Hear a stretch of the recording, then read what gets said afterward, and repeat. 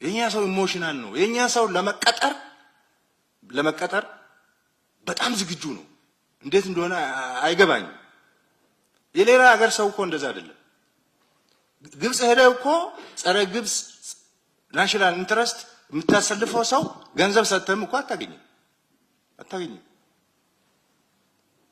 ሳዑዲ ሄዳ አታገኝም።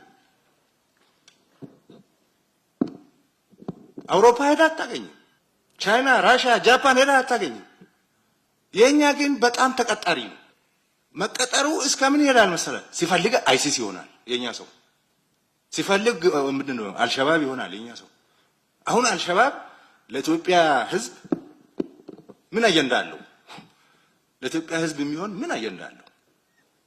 አልሸባብ ገብተው የገደልናቸው ኢትዮጵያውያን አሉ ሶማሌ ውስጥ።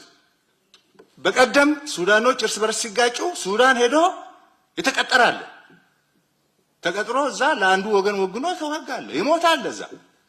አሁን ደግሞ ለሻዕቢያ ለመቀጠር ያለው ሽሩጉድ ሊነግራችሁ አልችልም።